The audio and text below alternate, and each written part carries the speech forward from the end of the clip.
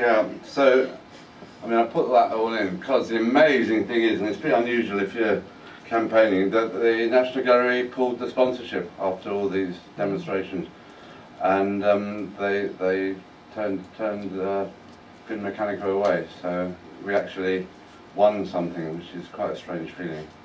But I think one of the reasons might be that the staff at the National Gallery were very shocked to find that an arms manufacturer was financing the place, you know, the curators and the people that work there, because it's the great national collection of Britain, and you don't actually want it financed by arms manufacturers. So yeah, and then I did other work, a lot of work around nuclear weapons, and that one, which was reused against the war in Iraq with a Union Jack. Yeah. And the original of that is in the Tate's done, and Tate Britain's done a new hang of British art, and that's the original of that is in the Tate, which opened this week, which is quite small, it's that sort of size. But the idea of that is to take the most important, really the most amazing photograph that's ever been taken, which is a photograph of the Earth, and then find something that fits over it. So I got this gas mask and photographed it on a globe, and then just stuck it on top, and then put the, you know, this is an image about the Cold War. Put them on top, and that it was originally done for a book cover,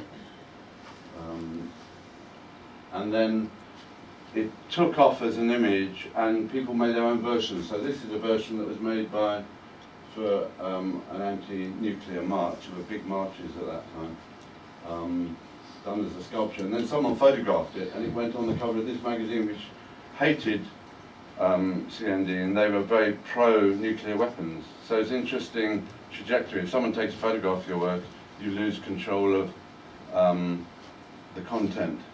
So there's copyright questions are very interesting with it, but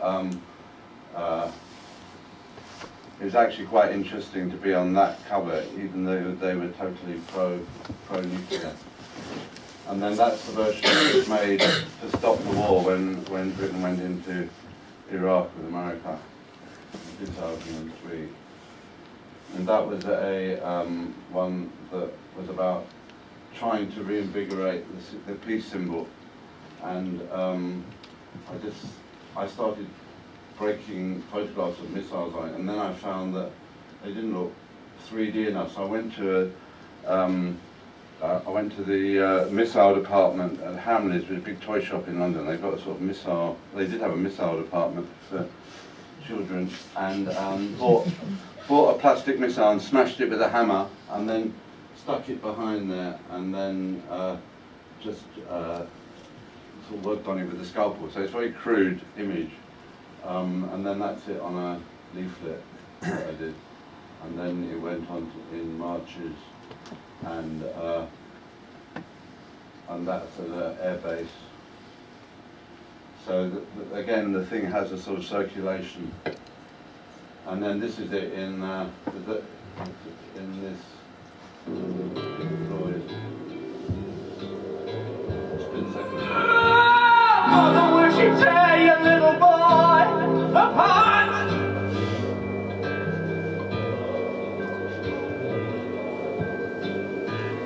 Oh! And that's it on a march more recently. So these things that can be used, you know, because of the horror of what they're all about continues. They go on having a sort of use value. And the idea of making them is to make a resource for the peace movements and for human rights groups and places like Amnesty. And what I did, and I still do, is go, if I make an image or want to get involved in the subject, I go towards the protest group or the human rights group, you know, like Amnesty or War on Want or Oxfam, and show them the images, and then try and get them involved in it. And that's something that, you know, some of you working studying photography, that's something you can do as a photographer, is to actually find an interest in the subject and then go towards the groups that are campaigning on that subject. it's not just a matter of sort of waiting for commercial places to, and putting your picture in picture, putting your stuff in picture libraries. It's actually going out to things that you believe in, that you'd like to work for, and maybe not earn much money. I mean, a lot of these aren't done, they don't earn any money particularly. And I made the decision early on to teach and make my living from teaching, so it gave me the freedom to make this sort of work. It's not something that, you know, it's not Damien Hirst. It doesn't make millions of pounds for put up in your beautiful house in Abu Dhabi. It's not that sort of work.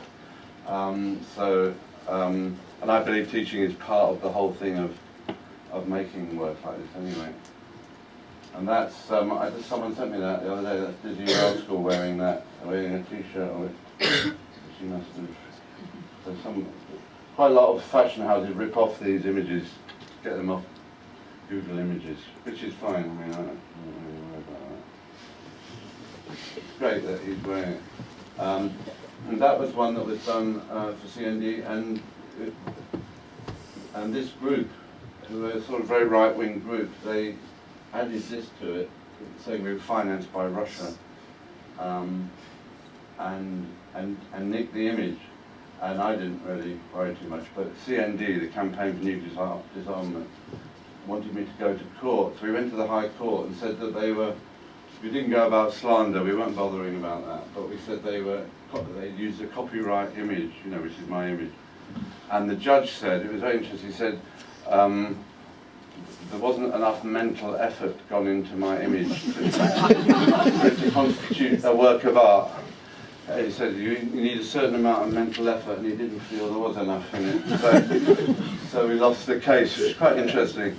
But he ended up saying he thought theirs was a work of art. So, yeah, it's strange. It's quite interesting to get a legal art critic on it. And so I say it goes out. That's it on badges, and that's it. That's one of them on a hoarding during the time of the GLC. And then I also do stuff in books. And this was a book about how a group of workers at a place called Lucas, which was a factory that made weapons, the factory was shutting down, and they came up with all these amazing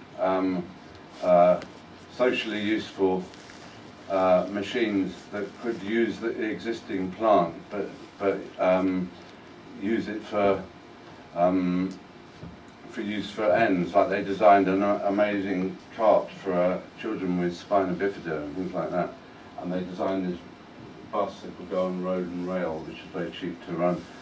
And so it was the idea of turning swords into ploughshares, but they had the means to do it, and they just needed the backing of government, but they never got it. So it wasn't just an idealistic thing, it was a very real, they had a real blueprint of how you could use this factory to make useful things. And so I made images about that sort of stuff, so that, you know, like bombs turning into food parcels. And of course that sort of thing now you can do with Photoshop. It's called, what's it called? Clone? No, not clone, it's morphing. Yeah, we can make one thing go into another. And that's, we know who that is. Late lamented, we must all say. That was going to go on the underground a couple of weeks ago, just after she died. So the group, they wanted to put it on the underground, but it was banned by CBS, who own all the advertising space on the underground. We did a bit of television about it. In the end, they changed their mind, but we'd given up the idea by then. But this was Margaret Thatcher saying we should return to Victorian values, which of course are like the workhouse and poverty and no welfare. And that was a cover for a magazine some time ago.